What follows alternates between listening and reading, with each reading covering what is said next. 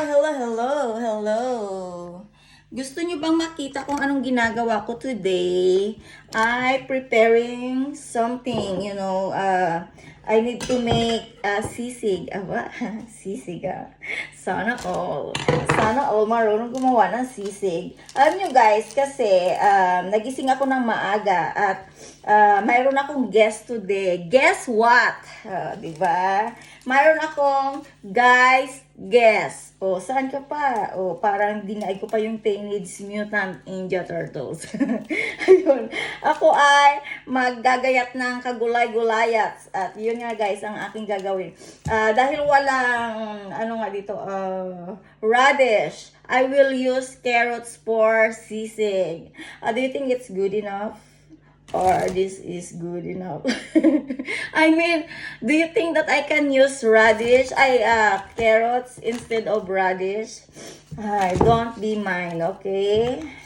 Yun lang yung gusto kong itanong guys. At ayun nga guys, ako'y magluluto at tignan natin kung ano ang maganda. Alam niyo ba, nakabili ako ng watermelon yesterday. Ay grabe, it's a biggest watermelons. And you know what? When I pay it to the cashier, I cannot carry because it's very, very heavy. Look, this is the best watermelon ever that I find in. Normally, I can buy this in, you can see this in Basabes, in Muslim market. But this is, oh, look. Look,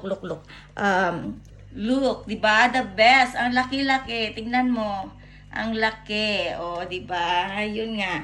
Yun ang laman ng aming ref. At pasensya na, it's look, mixing messy together. But I want to show my watermelon, the best watermelon that I saw or I bought. Yun nga, guys. Hay nako. Nakakatulhot ng, alam mo na, katulhot-tulhutan kapag ako'y may sibuyas. At yun, kailangan kong tiisin dahil kailangan kapag gumawa ako ng food, mayroon talagang sibuyas. Kaya tiis para lang makagawa ng food. At yun guys, alam mo ang ulan ngayon, tag-ulan, grabe. Umulan ulit. Ang ganda na ng weather nung, alam mo yun, nung isang araw, ang ganda. Kahapon, ang ganda din. Alam mo nung pumunta kami ng forest yesterday, namitas ng mga flower. I'm hoping that I can go back there, but I'm busy. Maybe another day, but I know it's a bad weather too, so I need to stay home and make food. Ayun nga guys, make food. At ang aking gagawin ay sisig na lang. Dalawa lang naman sila, kaya wag na sila mag-inarte. To option of food. Next time na lang. At sasabihin ko na sa kanila, if you're complaining, bring your own baon. Diba? Filipino style. Ayun lang guys, saglit lang. Excuse mo na kasi punta muna akong CR at alam mo naman na ako sa sibuyas. Bye! Have a nice day sa inyong lahat. God bless you all. Enjoy ang buhay. Bye-bye!